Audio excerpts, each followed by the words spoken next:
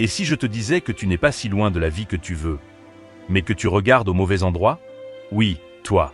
Tu fais des efforts, tu établis des plans, tu poursuis des objectifs, et pourtant, quelque chose ne s'aligne pas, rassure-toi. Ce n'est pas la malchance. Ce n'est pas non plus l'univers qui conspire contre toi, même si parfois ça en donne l'impression. La clé n'est pas d'en faire plus, mais de mieux comprendre. C'est là qu'intervient la philosophie stoïcienne, une manière brutalement honnête de voir la vie. Elle ne promet pas de miracles, mais des résultats réels. Il ne s'agit pas d'attirer comme par magie, mais de devenir quelqu'un capable de mériter et de soutenir ce qu'il désire. Et attention, ce que tu vas découvrir peut te déranger, mais aussi tout changer. Si tu restes jusqu'au bout, tu comprendras pourquoi. Chapitre 1. Comprendre ce que tu mérites vraiment.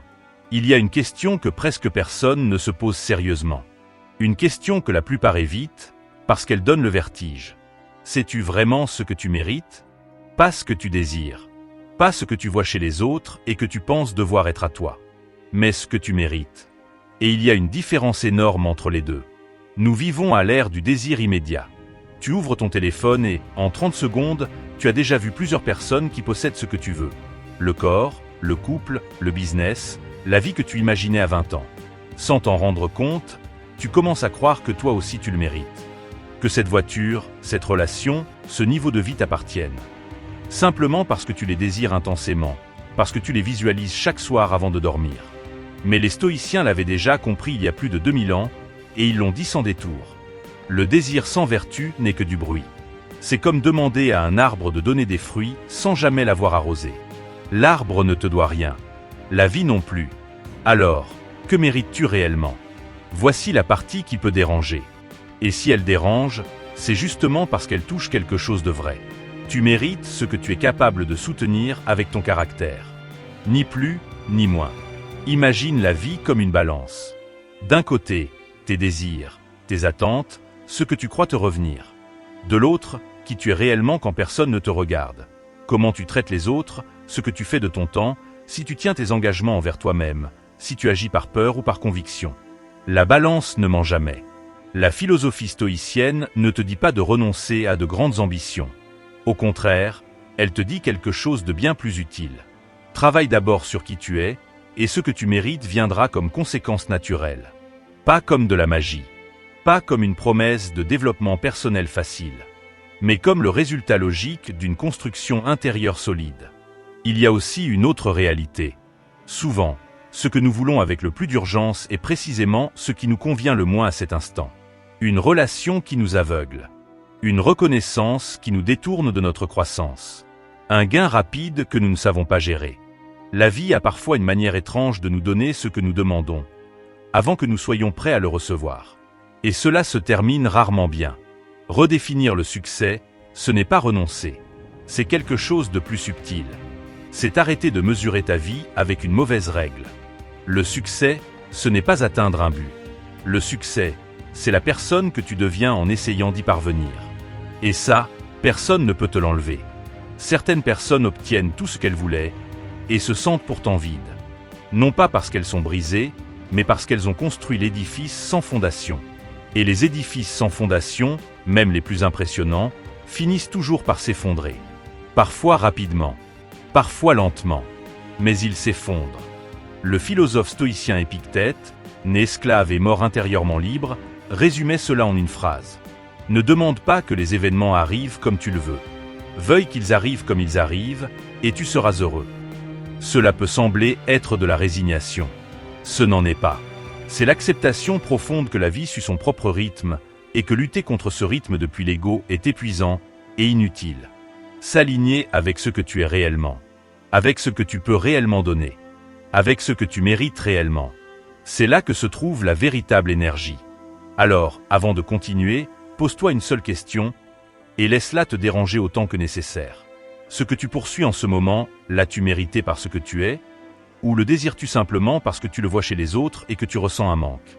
Il n'y a pas de réponse parfaite, mais il existe une réponse honnête. Et c'est la seule qui compte. Celui qui sait ce qu'il mérite a déjà fait la moitié du chemin. Mais cela ne sert à rien de le savoir, si tu continues à chercher à l'extérieur ce qui doit être construit à l'intérieur. Le véritable point de départ n'est pas là où tu le crois. Chapitre 2. le contrôle intérieur comme point de départ. Il y a une chose que presque tout le monde fait avec une facilité déconcertante. Blâmer. On blâme le patron, la crise, la famille, le quartier où l'on a grandi, la personne qui nous a quittés, le manque de temps, la chance qui n'arrive jamais. Et on le fait si naturellement que cela paraît presque logique. Mais il y a un problème, un vrai problème, pendant que tu regardes à l'extérieur pour trouver des responsables. Ta vie, elle, ne change pas. Personne ne viendra la transformer à ta place. Les stoïciens avaient un principe fondamental, la dichotomie du contrôle. Il existe deux types de choses dans la vie, celles qui dépendent de toi et celles qui ne dépendent pas de toi. Et la véritable sagesse consiste à faire la différence clairement, puis à investir ton énergie uniquement dans les premières. Qu'est-ce qui dépend de toi? Tes pensées, tes décisions, tes habitudes, ta manière de réagir à ce qui t'arrive, ton effort, ton attitude quand tout va mal. Tout cela t'appartient entièrement. Qu'est-ce qui ne dépend pas de toi? Le temps qu'il fait, l'opinion des autres, les résultats que tu espères mais que tu ne contrôles pas totalement, l'économie, la santé des autres, les erreurs du passé. S'y accrocher, c'est comme essayer de retenir de l'eau avec les mains fermées. Tu ne fais que t'épuiser. Imagine un marin qui passe toute sa traversée à se plaindre du vent, à insulter les vagues, à lutter contre les courants.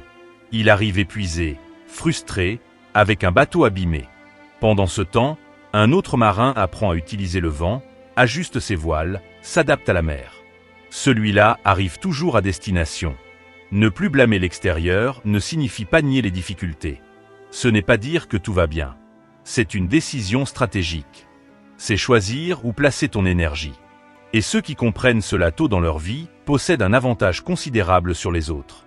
Parce que pendant que les autres gaspillent leur énergie à lutter contre ce qu'ils ne peuvent pas changer, eux l'investissent dans la seule chose qu'ils peuvent réellement transformer, eux-mêmes. L'autodiscipline, que l'on idéalise tant et que l'on pratique si peu, n'est rien d'autre que cette capacité. La capacité de te dire à toi-même ce que tu dois faire, même quand tu n'en as pas envie, même quand le canapé t'appelle, même quand tout, autour de toi, t'invite à la facilité. C'est cela, la vraie liberté. Pas la liberté de faire ce qui te plaît à chaque instant, mais celle de construire la vie que tu veux, malgré tout. Et entraîner ton esprit à se concentrer sur l'intérieur ne demande ni une retraite dans une montagne lointaine, ni des années de méditation. Cela commence par une question simple, que tu peux te poser dès maintenant. Ce qui me préoccupe, me frustre ou m'angoisse. Dépend-il de moi ou non? Si cela dépend de toi, agis. Si cela ne dépend pas de toi, lâche prise. C'est aussi simple, et aussi difficile que cela. Mais il y a une nuance importante. Cela ne signifie pas que tu es seul au monde. Cela ne veut pas dire que tu n'as besoin de personne, ni que l'environnement n'a aucun impact sur toi. Bien sûr qu'il en a un. La différence, c'est que tu choisis l'importance que tu accordes à cette influence. Tu décides si une critique venant d'un inconnu doit ruiner ta journée, ou si tu l'écoutes, l'évalues, et la laisses partir si elle n'a aucune valeur. Cette capacité de filtrer, de distinguer ce qui mérite ton attention de ce qui ne la mérite pas, est l'une des compétences les plus précieuses que tu puisses développer. Et comme tout muscle, elle se travaille. Avec répétition, avec patience, avec la volonté de te poser, encore et encore, la même question chaque fois que quelque chose te déstabilise. Est-ce que cela dépend de moi ou non? Et d'agir en conséquence. Les stoïciens appelaient cela l'hégémonikon, la faculté directrice de l'esprit. Cette part de toi qui observe, évalue et décide. Pas l'impulsion, pas la réaction immédiate. C'est la partie de toi capable de prendre du recul, de voir la situation dans son ensemble avant d'agir. Cultiver cette instance intérieure est le travail d'une vie. Mais le premier jour, c'est aujourd'hui. Et la première victoire que tu dois remporter, c'est celle que tu livres contre toi-même chaque matin. Tu connais désormais ton point de départ. Tu sais où placer ton énergie. Mais il y a quelque chose d'aussi important que savoir agir, savoir lâcher. Et ce qui suit est peut-être la chose la plus contre-intuitive que tu entendras aujourd'hui. Chapitre 3, le détachement comme force silencieuse. Je vais te dire quelque chose qui va à l'encontre de tout ce qu'on t'a appris. T'accrocher trop fortement à ce que tu veux, est précisément ce qui l'éloigne de toi. Oui, cela peut sembler étrange, peut-être même banal, comme une phrase sans profondeur. Mais reste un instant, car il y a ici quelque chose d'essentiel. Quand tu t'accroches à un résultat avec désespoir, quelque chose change en toi. Quelque chose de subtil, mais puissant. Tu commences à agir depuis la peur de perdre, au lieu d'agir depuis la confiance en ce que tu peux construire. Tu projettes du manque au lieu de projeter de la valeur. Et cela se ressent. Les autres le ressentent. Les opportunités le ressentent. La vie, d'une certaine manière, le ressent aussi. Les stoïciens parlaient de détachement vis-à-vis des résultats extérieurs. Cela ne signifie pas que rien n'a d'importance. Cela signifie que ta paix intérieure ne dépend pas du fait que les choses se déroulent exactement comme tu l'avais prévu. Et cette différence est immense. Imagine un alpiniste. S'il grimpe uniquement pour atteindre le sommet, chaque obstacle devient une menace, chaque difficulté le déstabilise. Mais s'il grimpe en se concentrant sur la justesse de chaque pas, alors le sommet devient simplement la conséquence naturelle d'un chemin bien parcouru. Le second avance avec plus de calme, plus de ressources, plus de confiance. Il profite même du paysage. Le premier s'épuise. S'il arrive. L'incertitude nous effraie parce que nous croyons contrôler bien plus que nous ne contrôlons réellement. Mais l'incertitude a toujours été là. Et elle sera toujours là. La seule question est, vas-tu la laisser te paralyser ou apprendre à avancer avec elle? L'empereur stoïcien Marc Aurèle, qui gouverna l'un des plus grands empires de l'histoire tout en pratiquant cette philosophie au quotidien, écrivait dans ses réflexions: aime ce qui t'arrive. Pas ce que tu aurais voulu qu'il arrive. Ce qui t'arrive réellement. C'est ce que les stoïciens appelaient amor fati, l'amour du destin. Pas une résignation passive, mais un engagement actif. La capacité de prendre ce que la vie place devant toi et d'en faire un matériau de construction. Et voici pourquoi le détachement améliore tes décisions. Quand ton équilibre émotionnel ne dépend pas de chaque résultat, tu penses plus clairement. Tu n'agis pas dans la panique. Tu ne dis pas des choses que tu regretteras par peur de perdre. Tu ne restes pas dans des situations qui ne te conviennent pas, simplement parce que le changement t'effraie. Le détachement te rend plus libre. Et la liberté te rend plus lucide. Et c'est ceci dès aujourd'hui. Avant de prendre une décision importante, demande-toi: est-ce que j'agis par peur de perdre ou par confiance en ce que je peux construire? La réponse t'en dira long sur ton état intérieur. Et si tu veux aller plus loin, pratique un exercice simple que les stoïciens utilisaient, sans lui donner de nom moderne. Lorsque tu désires quelque chose intensément, arrête-toi un instant et pose-toi cette question: que se passerait-il si je ne l'obtenais pas? Pas pour te décourager, mais pour réaliser que, dans la plupart des cas, tu serais toujours là. Tu serais toujours toi. Tu pourrais toujours avancer. Vu sous cet angle, le désir perd une partie de son pouvoir. Il ne t'étrangle plus. Et lorsque le désir cesse de te tenir, paradoxalement, tu peux le poursuivre avec plus de liberté et beaucoup moins d'angoisse. Parce que tu agis par choix et non par désespoir. Et l'énergie du choix n'a rien à voir avec celle du désespoir. Les autres le ressentent. Les circonstances le reflètent. Et toi-même, tu le perçois dans la manière dont tu te sens, selon l'endroit intérieur depuis lequel tu agis. Celui qui n'a rien à perdre n'a rien à craindre. Et possède déjà tout ce dont il a besoin pour gagner. Très bien. Tu sais désormais lâcher prise. Mais lâcher prise sans direction, c'est simplement se perdre. Ce qu'il te faut maintenant, c'est quelque chose que très peu de gens prennent réellement au sérieux. Et qui fait toute la différence entre ceux qui avancent et ceux qui tournent en rond. Chapitre 4. La clarté du but. Pose-toi cette question, ici et maintenant, avec honnêteté. Sais-tu pourquoi tu te lèves chaque matin? Pas la réponse automatique. Payer des factures, attendre le week-end. Le vrai pourquoi. Celui qui donne du sens à tout le reste. Si tu n'as pas de réponse claire, ne t'inquiète pas. La plupart des gens n'en ont pas. Et c'est précisément là que naît une grande partie du mal-être moderne. Nous passons nos journées à faire des choses, sans vraiment savoir pourquoi nous les faisons. La clarté du but n'est pas un luxe philosophique réservé à ceux qui ont du temps. C'est une nécessité pratique. Car sans but clair, tout devient urgent et rien ne devient important.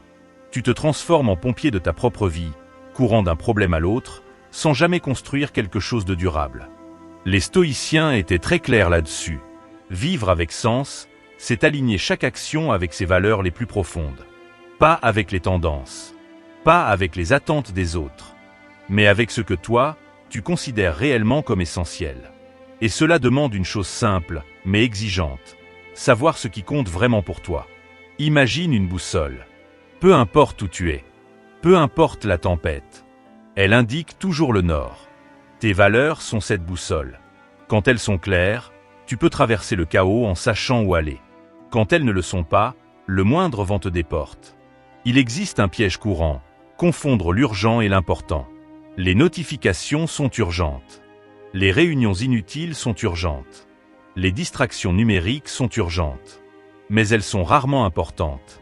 L'important, lui, avance lentement, mais pèse lourd. C'est la conversation que tu repousses depuis des mois. Le projet qui définit qui tu es. La personne que tu choisis de devenir. Éliminer les distractions, externes comme internes, n'est pas une austérité extrême. C'est un acte de respect envers ton temps et ton énergie. Chaque fois que tu dis oui à ce qui ne te rapproche pas de ton but, tu dis non à ce qui pourrait réellement t'y conduire. Simple, constant, inévitable. La cohérence entre ce que tu dis important et ce que tu fais réellement produit une sensation rare. L'intégrité, pas une idée abstraite, mais une expérience intérieure. Le sentiment que ce que tu fais et ce que tu es sont alignés. Et cette paix-là, aucun succès extérieur ne peut te la donner. Fais un test simple. Note 3 choses qui comptent réellement pour toi. Pas celles qu'on t'a apprises. Les tiennes. Puis regarde ta dernière semaine. Combien de temps et d'énergie as-tu réellement consacré à ces 3 choses? La réponse peut être révélatrice. Elle peut être inconfortable. Souvent, elle est les deux à la fois. Car l'écart entre ce que tu dis valoriser et ce que tu fais réellement est le meilleur indicateur de la vie que tu es en train de construire. Pas celle que tu annonces, celle que tu vis. Et s'il y a un écart, ce n'est pas le moment de te juger. C'est le moment de le réduire. Un jour à la fois. Une décision à la fois. Un acte cohérent à la fois. Celui qui connaît sa direction ne perd pas de temps à débattre du chemin. Très bien. Tu sais où aller. Mais voici la question la plus inconfortable. Es-tu prêt à avancer dans cette direction chaque jour? Même sans motivation, même sans résultats immédiats? Chapitre 5. L'action constante sans attente. Voici une vérité difficile à entendre, mais essentielle. Le problème, ce n'est pas toi. Le problème, c'est ta relation aux résultats. Nous sommes obsédés par les résultats. Les chiffres, les indicateurs, la progression visible, la distance qui nous sépare de l'objectif. Et cette obsession, qui semble motivante, est en réalité l'un des plus grands freins à l'action durable. Car lorsque les résultats tardent, ou qu'ils arrivent différemment de ce que tu imaginais, tu te décourages. Et tu abandonnes ce que tu devais continuer. La philosophie stoïcienne est très claire ici. Ne t'obsède pas de ce que tu ne contrôles pas, les résultats. Concentre-toi sur ce que tu contrôles, la qualité de ton action. Agis bien, agis pleinement, puis laisse le résultat suivre son cours. Non pas parce qu'il est sans importance, mais parce qu'il dépend de trop de facteurs hors de ton contrôle. Il y a une idée puissante ici. Faire de l'effort une récompense en soi. Cela peut sembler abstrait, mais c'est très concret. Quand tu trouves de la valeur dans le fait même de bien faire les choses, quelque chose change. Tu n'as plus besoin d'approbation extérieure pour continuer. Tu ne dépends plus des applaudissements, ni des résultats immédiats. Et cela te rend résistant à une immense quantité de frustration. Pense à un pianiste. Il ne pratique pas uniquement parce qu'un concert approche. Il pratique parce que jouer juste est sa manière d'exister. Chaque répétition a du sens. Chaque note travaillée est déjà une fin en soi. Le concert, lorsqu'il arrive, n'est que la conséquence visible de milliers d'heures déjà pleines de sens. Éviter la frustration liée au résultat n'est pas simple. Cela va à l'encontre de tout ce que l'on nous a appris. Mais c'est précisément là que commence une liberté que peu de gens atteignent. Mais c'est une compétence qui s'entraîne. Et la manière la plus simple de la développer est la suivante. À la fin de chaque journée, ne te demande pas ce que tu as obtenu. Demande-toi, ai-je fait ce que je devais faire? Si la réponse est oui, alors ta journée est une réussite. Peu importe ce qu'elle t'a apporté, ou non. Au fond, la discipline quotidienne est le seul véritable secret de ce que beaucoup appellent l'attraction. Pas la version simplifiée des slogans motivants. La véritable attraction, celle qui fonctionne, naît du fait de devenir quelqu'un qui agit conformément à ce qu'il dit, qui maintient sa trajectoire quand personne ne regarde, qui se présente chaque jour, même lorsque le ciel est gris. C'est cette constance qui forge le caractère. Et c'est le caractère qui attire ce que tu mérites réellement. Il y a un dernier point essentiel concernant l'action constante, la fatigue décisionnelle. Nous passons nos journées à prendre une multitude de petites décisions. Quoi manger, quoi répondre, quoi regarder, quoi remettre à plus tard.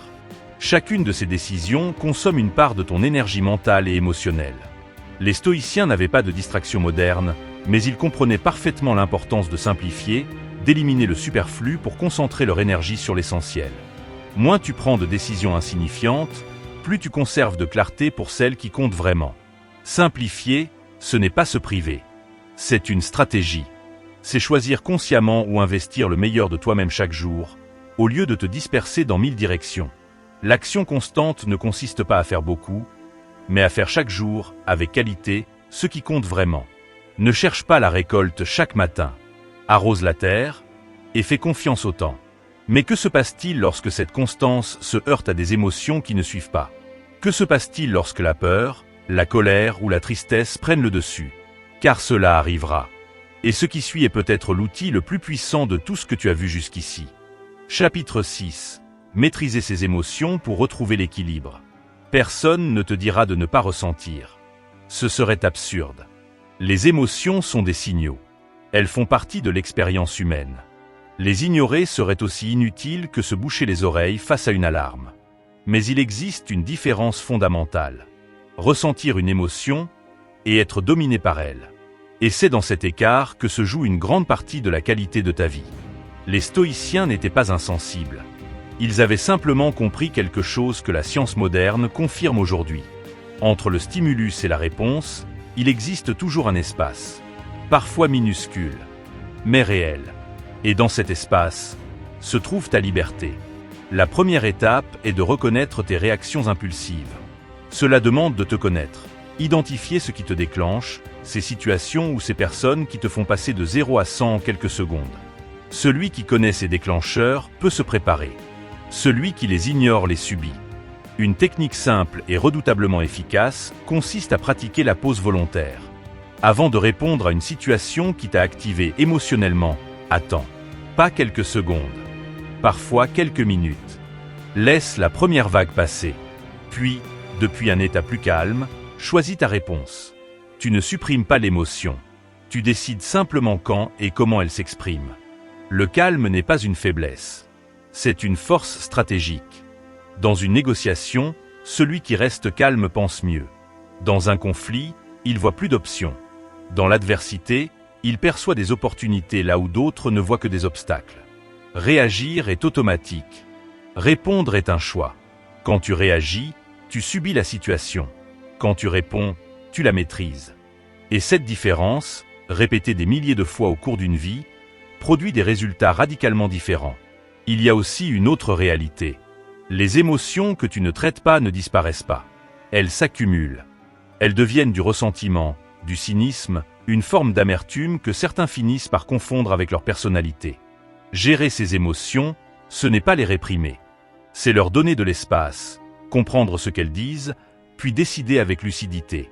Le philosophe stoïcien Sénèque écrivait à propos de la colère qu'elle est une brève folie. Le danger n'est pas de la ressentir, mais d'agir sous son emprise. Les mots prononcés dans la colère blessent durablement. Les décisions prises dans la colère sont souvent irréversibles. Mais la clé qu'il proposait était simple. Attendre. Laisser passer la première vague. Puis seulement ensuite, parler, décider, agir. Cette attente, parfois de quelques secondes, parfois de plusieurs jours, fait toute la différence entre une réponse constructive et une réaction destructrice. Entraîne cette pause. Fais-en une habitude. Car l'équilibre émotionnel n'est pas un état permanent. C'est une pratique quotidienne. Chaque fois que tu choisis de répondre plutôt que de réagir, tu te rapproches de la personne que tu veux devenir. Celui qui apprend à maîtriser ses tempêtes intérieures ne craint plus celles du monde extérieur. Très bien. Tu réagis moins. Tu réponds davantage. Mais la vie continuera de te mettre à l'épreuve, souvent de manière inattendue. Et pour cela, il ne te faut pas plus de contrôle. Il te faut quelque chose de plus profond. Chapitre 7. La résilience face à l'adversité. Il y a une chose que tu peux considérer comme certaine. La vie se compliquera. Pas comme une menace. Comme une réalité. Les problèmes viendront. Les échecs apparaîtront. Certaines personnes sur lesquelles tu comptais ne seront plus là. Les circonstances changeront, souvent au moment où tu t'y attends le moins. Ce n'est pas du pessimisme, c'est la vérité. La question n'est donc pas « Comment éviter tout cela ?» mais plutôt « Que fais-tu lorsque cela arrive ?» La philosophie stoïcienne propose une idée presque provocante. L'empereur Marc Aurèle l'exprimait ainsi. L'obstacle sur le chemin devient le chemin. Autrement dit, le problème n'est pas le problème. Le problème, c'est ce que tu construis à partir de lui. Et cela dépend de toi. Imagine un bambou. Lorsque la tempête arrive, il ne résiste pas par rigidité. Il plie. Il s'adapte. Puis, une fois la tempête passée, il se redresse. Plus fort. Non pas malgré le fait de s'être plié, mais précisément grâce à cela. La rigidité est une fragilité déguisée en force. La flexibilité est une force déguisée en faiblesse. Renforcer son esprit face à l'échec commence par changer le regard que l'on porte sur ce mot. L'échec n'est pas une condamnation. Ce n'est pas une identité. C'est une information. C'est la vie qui te dit « Cela n'a pas fonctionné de cette manière ». Ajuste. Apprends. Recommence avec davantage de compréhension. La résilience, si souvent mise en avant dans les discours, ne consiste pas à supporter la souffrance en silence. Elle consiste à garder un cap clair lorsque les circonstances deviennent difficiles. C'est la différence entre celui qui continue parce qu'il ne s'est pas abandonné et celui qui continue parce qu'il sait pourquoi il avance. Le second est infiniment plus puissant. Transformer les difficultés en croissance n'est pas une belle idée abstraite. C'est un processus concret. Quand quelque chose tourne mal, au lieu de te demander « Pourquoi cela m'arrive-t-il ?» demande-toi « Qu'est-ce que cela m'enseigne ?» Ce simple changement de question ouvre des portes que la plainte ferme définitivement. Les stoïciens pratiquaient également un exercice qui peut sembler étrange au premier abord. Imaginez l'échec à l'avance. Non pas pour se décourager, mais pour en réduire l'impact. En envisageant les pires scénarios et en te demandant ce que tu ferais dans chacun d'eux, tu découvres que tu possèdes plus de ressources que tu ne le pensais. Et que la plupart de tes peurs sont, en réalité, gérables. Ils appelaient cela la premeditatio malorum. Et cela fonctionne. Il existe cependant une confusion fréquente. Beaucoup assimilent la résilience à la simple endurance. Mais endurer, ce n'est pas être résili. Endurer, c'est subir en silence en espérant que quelque chose change. Être résili, c'est traverser la difficulté, en tirer un enseignement, puis choisir consciemment ce que tu fais de cette expérience. La différence ne réside pas dans la douleur, mais dans l'usage que tu en fais. Le stoïcisme n'a jamais demandé de nier la souffrance. Il demande de ne pas t'y installer comme si elle était ta demeure. De la traverser avec lucidité. D'en extraire ce qui a de la valeur. Puis de continuer à avancer. Pas en cachant tes cicatrices, mais en les assumant. Elles sont la preuve que tu es passé par là, que tu as vécu et que tu as continué. Ce qui te rend fort, ce n'est pas l'absence de chute. C'est la manière dont tu t'es relevé. Pas le nombre de fois où tu es tombé, mais la rapidité avec laquelle tu as choisi de te relever. Résister est essentiel. Mais il existe quelque chose de plus élevé que la simple résistance. Car si toute ton énergie est consacrée à survivre, tu ne construiras jamais rien de durable. Et c'est précisément là que tout bascule. Chapitre 9. Des relations fondées sur la vertu, non sur le besoin. Il existe une manière de se relier aux autres qui corrompt tout. Et elle est difficile à reconnaître, car elle se cache derrière l'affection, la proximité, l'attachement. Cette manière, c'est le besoin. Lorsque tu entres en relation à partir du manque, en cherchant validation, approbation, sécurité, confirmation de ta valeur, la relation devient fragile. Car tout ce qui repose sur le besoin vacille dès que l'autre ne répond plus à tes attentes. Et cela conduit, tôt ou tard, à la dépendance, au ressentiment ou aux deux. Les stoïciens parlaient d'une autre forme de lien. Une relation fondée sur la vertu. Un lien qui ne dépend pas du fait que l'autre te fasse sentir bien en permanence, mais du fait que vous partagez des valeurs, que vous grandissez ensemble, que vous vous dites la vérité, même lorsqu'elle dérange. Ce type de relation est rare. Et c'est précisément pour cela qu'il est précieux. Attirer des personnes alignées avec toi exige une condition préalable essentielle. Savoir clairement qui tu es et ce que tu défends.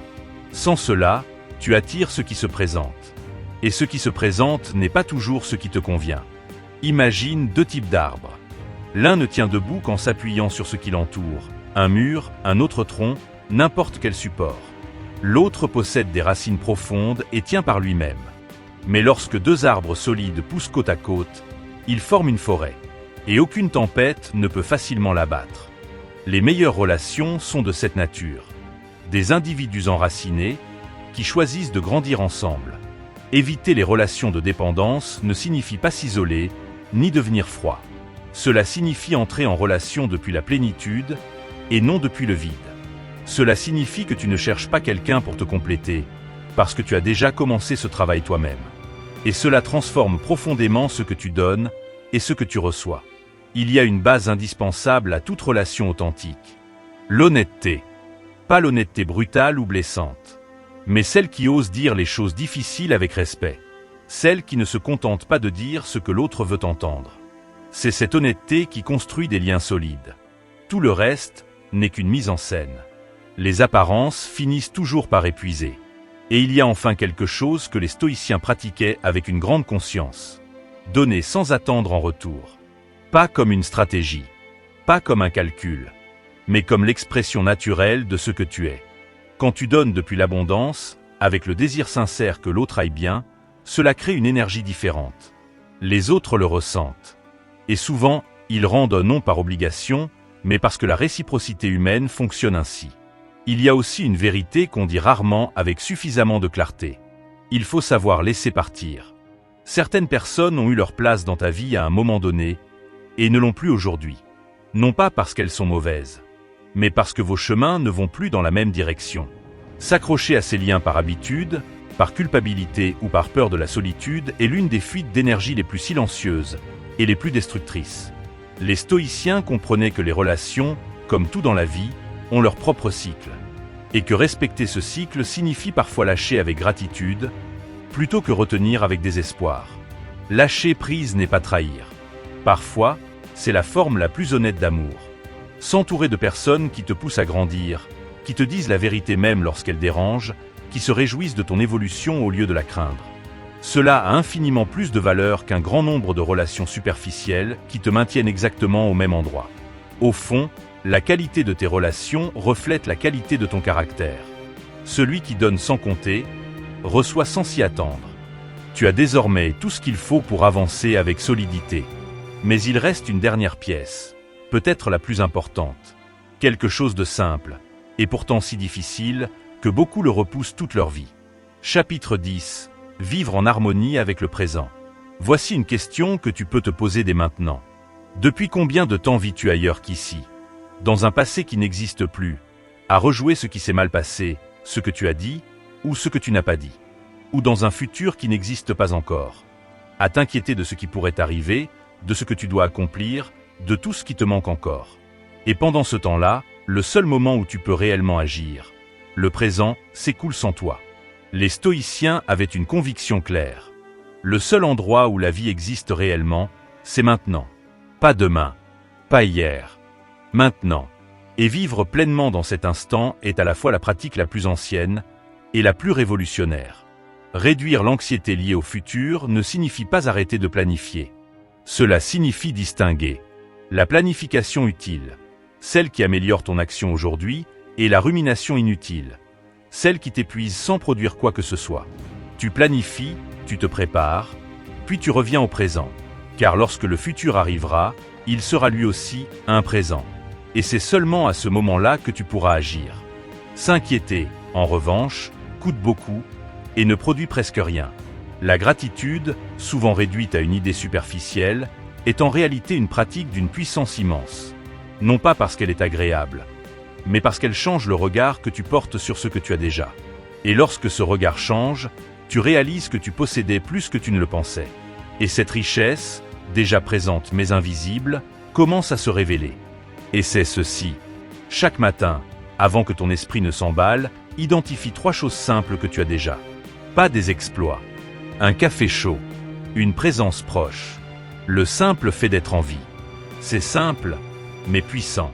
Car cela entraîne ton esprit à voir ce qui fonctionne, au lieu de se fixer sur ce qui manque.